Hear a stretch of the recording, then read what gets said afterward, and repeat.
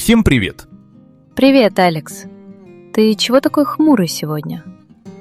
Да опять произошла та же история. Скачал приложение для изучения русского языка. Позанимался неделю, а потом просто забросил. Уже 3-й раз за этот год. Подожди, а зачем тебе вообще русский? Ты вроде и так неплохо говоришь. Зачем тебе дальше совершенствоваться? Хочу говорить. Это разве не нормальный ответ? Нормальный, но не полный. А зачем тебе говорить? Вот в чем вопрос. Хорошо, скажу честно. Пару недель назад у нас был созвон с новым клиентом из Москвы. В какой-то момент все просто взяли и переключились на английский. Ради меня. То есть все поняли, мой русский недостаточно хорош, чтобы следить за разговором. И специально перешли на английский, чтобы я не потерялся. Вот это чувство было неприятнее всего. Хочу в следующий раз справиться сам. Вот это уже настоящая причина. Расскажи, как обычно начинается твое желание учить язык? После того созвона я весь вечер сидел и учил слова. Установил приложение, составил план на месяц. Первую неделю занимался каждый день. Было интересно. А потом слова перестали запоминаться. Стало скучно. И я решил, что, видимо, не так уж сильно и хотел. А по-моему, ты не разлюбил идею, ты просто устал. Сильное чувство и ясная причина – это разные вещи. Чувство помогает начать, а продолжать помогает именно причина. То есть порыв – это не то же самое, что причина? Именно. Порыв проходит через пару недель у всех, это нормально. А вот причина – это другое дело. Если она четкая, она остается с тобой и после того, как этот порыв угас. Знаешь, порыв немного похож на спичку. Вспыхивает ярко, но очень быстро гаснет. А причина – это скорее фонарик. Светит не так эффектно, зато его можно включить заново в любой момент, когда стало темно. Хорошая метафора. Значит, у меня был только порыв, а настоящей причины еще не было. Похоже на то. Но кажется, теперь она у тебя появилась. У тебя есть причина. Ты не хочешь снова краснеть на созвоне.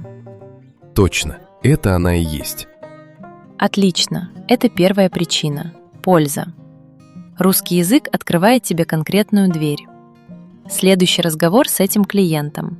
А может и повышение, если ты станешь тем, кто умеет работать с русскоязычными партнерами. Когда цель такая четкая, ты уже знаешь, что учить в первую очередь. Не всю грамматику подряд. Тебе нужны конкретные фразы для рабочего разговора. Как поздороваться, как объяснить задачу, как переспросить, если не понял. Хорошо, но следующий созвон с этим клиентом, может, будет через полгода. Как не забыть все за это время? Тут работает один прием. Соединяй маленькое действие сегодня с большим результатом. Ты же бегаешь по утрам? Бегаю почти каждое утро, даже когда лень. Это уже такая привычка, без которой день чувствуется неполным. Вот и представь, одна пробежка не делает тебя марафонцем, но без пробежек марафона не будет вообще. Точно так же с языком. Сегодняшние 10 минут – это не весь путь, но без них цели не будет. Хорошо, это я понимаю. Но есть еще кое-что. У меня в рабочем чате есть коллега, Дима, он из Питера. Мы общаемся только через переводчик, и это всегда как-то холодно получается. А вот и вторая причина – связь с людьми. Язык – это не только слова для работы, это способ понять человека. Ты же наверняка хочешь понимать шутки Димы, а не только рабочие сообщения. Если честно, да. Он явно остроумный человек. Просто это не всегда доходит через перевод. Вот именно поэтому люди учат язык не только ради пользы. Хочется понимать, что человек имеет в виду на самом деле. Слышать его настоящий тон, а не сухой перевод. Но мне немного страшно писать ему напрямую по-русски. Вдруг наделаю ошибок, и он подумает, что я странно звучу. Тебе не нужен идеальный русский, чтобы наладить контакт. Короткое настоящее сообщение с парой ошибок ценнее, чем идеальная фраза из учебника. Особенно если эту идеальную фразу ты так и не отправил. Напиши ему просто «Привет, как дела?» и посмотри, что будет. Выглядит достаточно просто. когда ты так говоришь. А теперь представь себя через полгода, год. Ты уверенно ведешь созвон на русском. Шутишь с Димой без переводчика. Какой ты в этой картинке? Наверное, более расслабленный. Без этого напряжения, которое было на последнем созвоне. Вот это и есть третья причина. Тот человек, которым ты хочешь стать.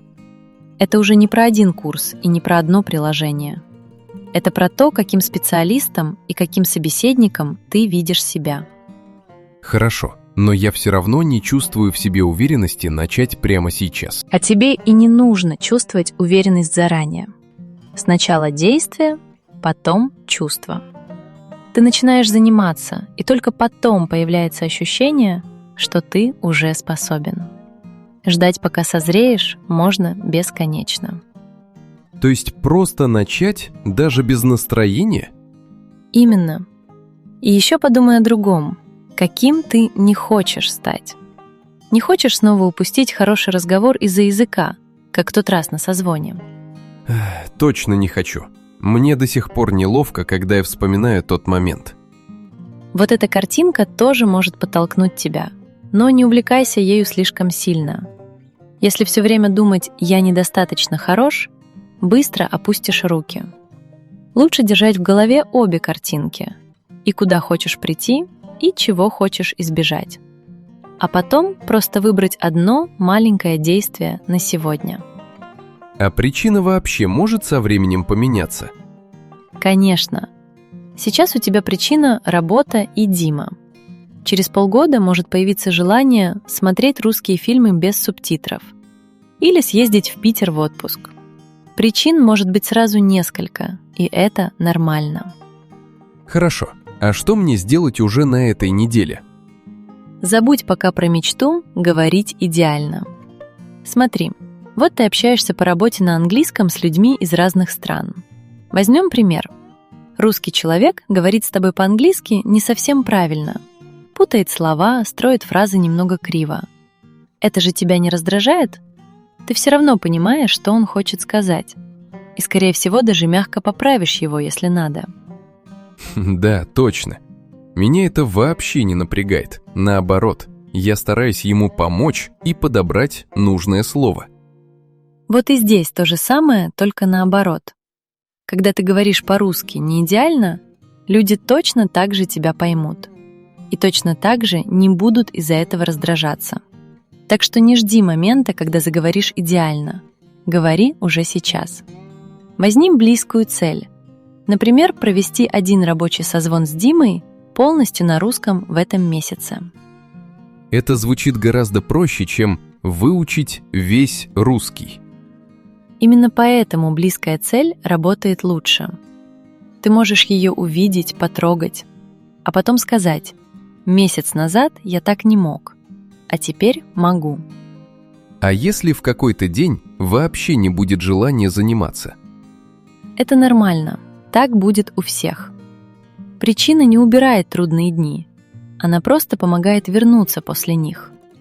Причина как компас. Он не идет за тебя, но показывает направление.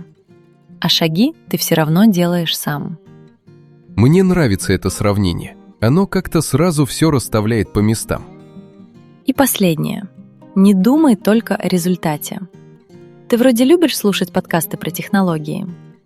Обожаю. У меня в плеере их штук 10 сразу. Я переключаюсь между ними в зависимости от настроения. Вот и начни искать такие же на русском языке. Тогда ты будешь учить язык не только ради Димы и клиента, но и ради того, что тебе и так интересно. А это делает причину еще крепче. Хорошо. Кажется, я наконец понял, зачем мне это на самом деле. Причина — это не волшебная таблетка. Она не сделает каждый твой день легким. Но она дает смысл тому, что ты делаешь. Не нужно каждый день чувствовать себя готовым. Нужно просто помнить, зачем тебе это, и сделать еще один маленький шаг. Кстати, ребята, напишите в комментариях, какую тему вы хотели бы услышать в одном из следующих выпусков. Через недельку-другую мы обязательно ее разберем. А послезавтра у нас уже готова новая, очень вкусная тема. Поговорим про август и сбор урожая, так что не пропустите. Если это видео было полезным, ставьте лайк, подписывайтесь и включайте колокольчик, чтобы не пропустить новые выпуски. Спасибо, что были с нами. До встречи в следующем видео. Пока-пока!